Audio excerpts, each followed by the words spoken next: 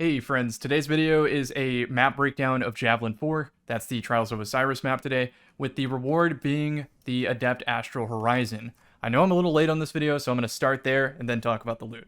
I have to play through these maps in every new meta, and that doesn't just mean an update to the actual things we use, it's more player trends, what players are typically using. How do I notice my solo queue opponents and solo queue teammates are doing things? So I know how to focus and curate each map breakdown to each season. It doesn't really make sense to do just one all-inclusive video when one week we see triple bubble being the standard and then the next week we see triple strand clone. It completely changes the timings and things you have to look out for.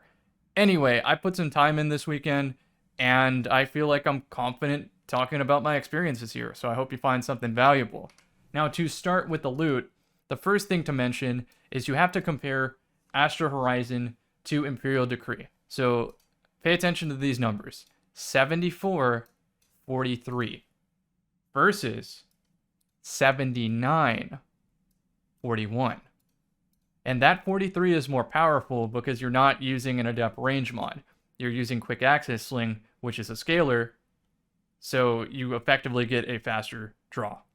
Of course, you can go slide shot, add to that too. Doesn't have to be threat detector. And then also alacrity plays into this. So even if you don't have opening shot active, alacrity can get it the rest of the way. So that's pretty cool. You're pretty much playing this for an upgrade for the origin trait, assuming you're last person alive. The real use case for Astral Horizon is Elemental Capacitor, where you build into all handling. And again, don't get tunnel visioned on the Adept handling mod. Maybe it makes a difference on ADS speed. I think you get more value out of the scaler of Quick Access Sling. So this is 98 handling before threat detector even does its thing. That's a very strong shotgun. And the use case for this is, of course, if you need a kinetic shotgun and you also main an arc class. You don't necessarily have to use an exotic energy weapon. Igneous Hammer and Astral are good enough, but even then, why wouldn't you just be using conditional finality 24/7? So I hope this paints the picture that the reward really isn't worth stressing over, so try to have some fun on this map. I paused for effect there. Now I'm going to teach you how to not have fun on this map. My recommendation is, of course, Well of Radiance and Bubble. It always is. That's just going to be a blanket recommendation for this meta we find ourselves in. That doesn't mean Hunter can't hang. They certainly can. If you want to go invis on this map, you'll probably have a good time, but in solo queue, I always advise against that because your teammates can ruin it by attaching themselves to your hip and breaking your invis. That being said, I kicked back, knocked a couple beers out, and used controller, Rat King, and a sniper and had a great time. One of the easiest flawlesses I've ever had. And my ult account went on a pretty big streak with just playing Dawnblade Toolbox, where you get rid of all the gentleman's agreements in your head, no morality, and do something like start on Witherhoard, empty Witherhoard, switch to Wishender, quick draw Igneous, that type of thing. It got really nasty, and I don't know what my opponents could have done if they didn't see it coming. And I know there's some irony there when Wishender gives wall hacks, but if you're not prepared to play like that, you're going to lose more matches. And I am kind of like blanket advising that you start playing like that because Bungie needs to see the numbers on this. It's how we got the not swap modifier. Everybody needs to start doing this more often so it becomes a problem. And when it's a problem, Bungie might fix it. I know it's a terrible state of play at the moment, but it's not that much worse. It's already worse to begin with. It really isn't that much of a difference. I don't want to talk in circles here. The point is, you can up your win rate if you're prepared to switch weapons. And so what do I mean by that? So let's say I started on the traditional conditional Igneous Hammer combo. This is really powerful and maybe my best recommendation for the week because Igneous covers every angle on this map besides outside. And that's the one time you switch to a scout. Even this roll right here without keep away, it's got Precision Instrument to 3-tap Overshield Titans, which you're going to see a lot of. But in the case where I spawn up and I'm walking, then I see the zone pop up outside, I will ditch my shotgun or my Witherhoard, go straight to Jade Rabbit, straight to I don't know, no survivors or something like that. And pop Jade Rabbit to have some unique outside angles. You can still get sniped, but it tips the odds in your favor. If you don't have that or you don't want to swap, then I would say your next best approach is to just play your standard setup, but use your Dawn Blade speed inside to get around right here. Try not to slide into a sightline. And you read your radar to decide what to do next. If your radar is really red right here, well, then you're going to have a gunfight, so you want to play your cover. If your radar is really red right here, that means they're probably head glitching these stairs and having the classic lane war with your teammates. Maybe there's somebody posted up on this box. Oh, by the way, the zone spawns right there. I'll get into all of them. This is, of course, a live commentary and a bit disorganized, but I'm trying to include everything as it comes up. And then this is another place someone might be. So now let's go back to your Warlock when you're at this junction. Your radar tells all. So now you cross. Already be pre-aimed if you need to be on either of those two. And if you're playing a really smart player, they might even wrap back here and they're not even looking in that direction. They're just looking for flankers to be unaware. So be aware of that. So by now, I've cleared to here. My radar's pretty clean. I know they're probably on these boxes or they ran your teammates over, that type of thing. Don't get tunnel visioned on the flank. Get tunnel visioned on the timing of the fights. What I mean by that is when you're right here and you know you have your opportunity to flank, if you know your teammates have put in good damage and are flying through, it doesn't make much sense to get behind them. Just help your team for a second. It's better to be synced up with your team in the wrong spot than to be in the correct flank by yourself, unless, of course, you have absolute trash cans who can't shoot a gun. Then in that case, you just win it by yourself. And sometimes I do recommend that, so I completely understand. Let's talk about approaching the outside flag from the disadvantageous spawn, which I'm in, blue side. Blue side is worse. So you start your normal route, you realize it's outside, you adjust it, you're still fast, and you end up right here. This is dangerous, because if you walk it, there could be a sniper on so many different places. If you think you're Diffy, and you want to take that sniper joust, good luck. If you want to fly through and hope that you're not playing a cheater, good luck. If you want to take the common slide, good luck.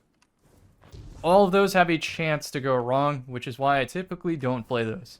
Instead, I feel inclined to go for the flank, keep my head on a swivel, and be responsive to what my teammates are doing, as well as be super annoying back here. Put in some damage, make them focus on chasing you, because you might not have the most experienced teammates. They might not have watched this video, so they insist on playing this really dangerous bad angle.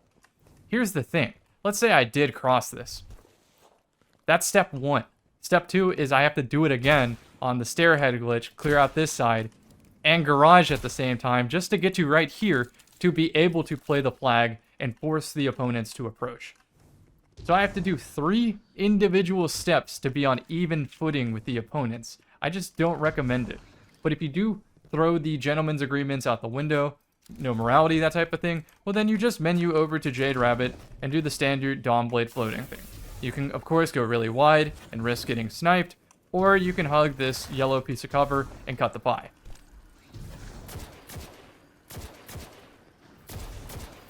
I recommend doing that. And from the opposite side, the same is true, except you have even more flexibility. It's safe to assume that if you're playing competent opponents like 2 KDs plus or whatever the hell you think is good, that they're going to be flanking. So this is why I said you can just rat back here and kind of wait for it. It does seem like the noob thing to do to sit in the spawn, but trust me, you will catch people in their sprint animation. Me, myself, I like to float this with heat rises, already be checking to see if I see any sort of name tags crossing through here, because that's how the timing works out. I don't even shoot them sometimes. I just work on anybody foolish enough to play rock wall. Then I rotate again and catch them in the sprint animation by the time they make it to my spawn. So that's how outside works out. And Dawn Blades are eating good outside, of course. If you're playing on anything else, let me know what works for you, because I really don't know how to play blue side, besides just playing it like it's an inside zone and rotating around the entire map. And if your teammates aren't doing it with you, like I said, head on a swivel, just make a fast decision together. So I accidentally taught outside early. Let's find the other two flags real quick. This is a flag. This is a flag. Note on the middle one, you can stand like right here, still cap. You can even be right here. In fact, while I'm on that tangent, I think Bungie should keep experimenting with bigger circles so you're not confined to this one grenade space. You can play an area instead of a very specific map structure. Hope that makes sense. Now let's talk about opening routes. Obviously, if you have speed boots, you get to places slightly faster. Grapples are in effect on this map and can change the timings and the sniper angles you gotta look out for. But if I have Icarus Dash and I have Scroll Skate, I can get to places really fast, like faster than they expect. This is the already. You have to deal with a lot of things from just hitting this point. You have to deal with somebody short hopping over the flag structure right there. What are we gonna call this? Rocket jump up? Let's just call it jump up. For a reason. They usually jump up and look for a random shot. I don't do that because of this sniper position right here. Let me grab myself a sniper rifle. It doesn't really matter what I want supremacy. It does matter. They hold this sniper right here looking for somebody to jump up. And on the flip side, if you're a little slow and you jump a little high, you're already dead before you can even get out of spawn. And I should say that this red side depends on what your starter spawn is. There's one like right here and one like right here. If you get this one, well, you're slow. So it kind of funnels you into playing B flag off the rip, even though that might not be what you need to do to win the match. So you just have to accept you're a little bit slower. I think if we're talking map advantage, the red side is superior because you have more unique angles to work with. You have stair head glitch, which you should know because anytime you die, this is where your teammates are, even though you already killed two opponents, and they're just, yeah, they're waiting for the big snipe opportunity instead of trying to win the match. It happens. Here's another angle. You have to slowly walk up this hill, and you can get a nasty head glitch if you do the walk up the hill. Very good. Somebody will walk right out into that. And you only do this if that's what the vibe of the team is. If you know this can get a pick, do it. But if you're leaving an aggro teammate to die by themselves, bad idea. More angles for the jump up. I'm going to compare all of this to what blue side has.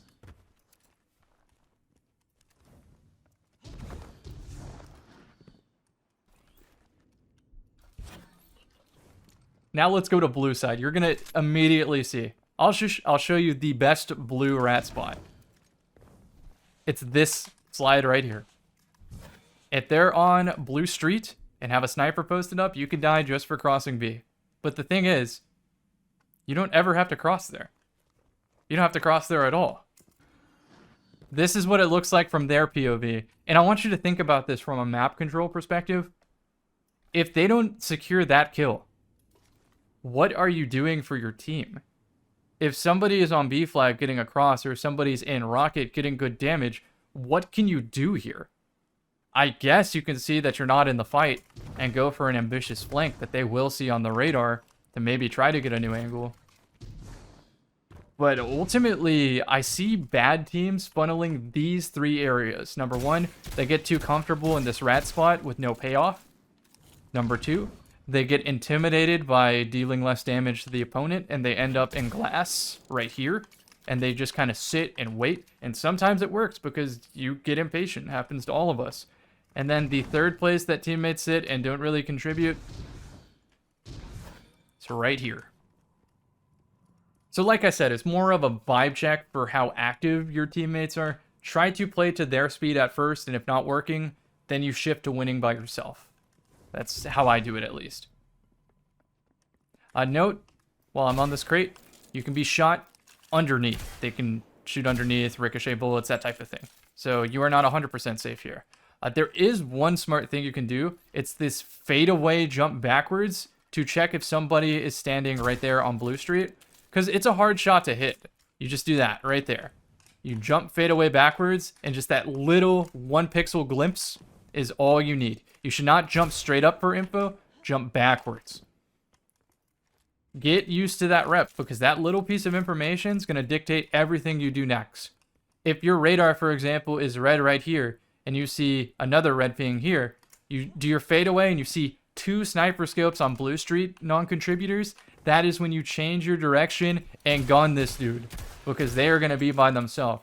I would even dare to say at that point, the alarm bells are ringing, and they might not even be scoped in with their snipe anymore. They might be mid-sprint to help their teammate. And that is when you can comfortably fly forward and finish your kill. Hope it makes sense as to like the game sense that comes with that decision making. I will say what gave me the most trouble as a solo queuer is when I would, of course, match duos that are coordinated. And they would have one Dawn Blade that was dedicated to just poke damage with a 120 from all sorts of different unique heat rises angles. And then the other Dawn Blade would just use snap skating speed to catch up to me with a conditional finality. And because I was chipped even 80, 40 damage, whatever it is, headshot, body shot, that conditional would map me from some crazy distances while I'd watch my teammates do nothing to try to control the map. So it happens. As far as like cheeky spots, I believe this is a spot you can be in if the map is really, really slow and for some reason they all flanked outside, but the zone is right here. You just chill. I think it also helps for when somebody gets damaged out of diamond and they wrap back to their spawn, thinking to head glitch the stairs. And I would say this is an opportunity to practice trigger discipline and not shoot the first thing you see. Make sure they overextend enough if they're unaware to fully secure your kill. If you just shoot them the instant you see them, they're just going to back up. But if they run out and start getting comfortable in a sniper's nest, you can put 3 into them before they can escape.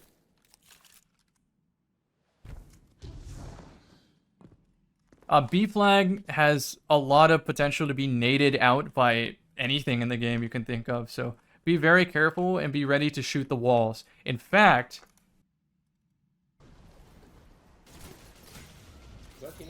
there's a lot of ricochet spots on this map. Oh, Heart of Inmost. And the Heart of Inmost Titan might be a problem. Sorry for the callouts in the back. I was playing super casually this morning to go flawless. Oh, and then I hit this. Check this out. Got the curse thrall explosion with the 4 taps. Pretty sick. I love that gun. I'll do a video on it. It's more fun for this map. If you truly want to win, you throw on Igneous Hammer, in my opinion. Anyway, point is to say, B flag has some jump ups and some power positions for sure. So if you can get this without getting naded, it's great. Just again, head on a swivel, be responsive to your teammates. Next up, I want to show off how if you throw the rulebook, the gentleman's agreements out the window and use Witherhoard Swamp, you can take a lot of map control for free. It's like a grenade every time. It's literally a zoning grenade, just a special weapon. So this is about where you make it, and you can do the first one very narrow, shallow. That lands at a point where they'd probably be crossing to be able to slide this cube. The next one, if you want to try to attack the stairs, you could put some pressure and back them up into your own Witherhoard type thing. I might as well just show red side while I'm spawning up here. Again, be very careful not to jump too high. You could already get sniped.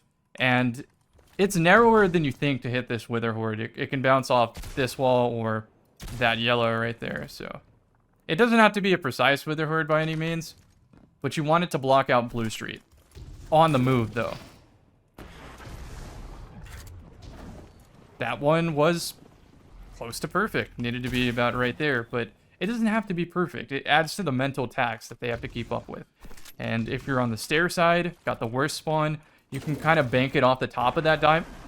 So anyways, if you're on stairs, you can bank it off the like top of that diamond area and bounce Witherhoard again where it needs to be. Or you can even put it directly in the diamond. Don't ask me how the art team made it detonate on top of the diamond. I don't know. I'm going to do red side one more time and just show you how I would approach it. Let's say I got the bad spawn, right? Bad spawn, move up to these stairs. Fade away. Maybe I see radar ping. In, wish ender.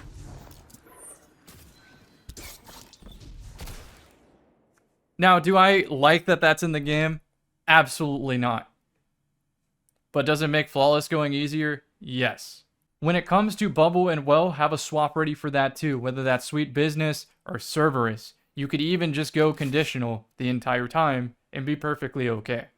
But especially if you run out of conditional, then you just go to Sweet Business. I even closed the game. I forgot to mention, yes, there is more to the game beyond just playing Dawnblade and Bubble Titan. You can still play other builds that can yield success because it's random matchmaking.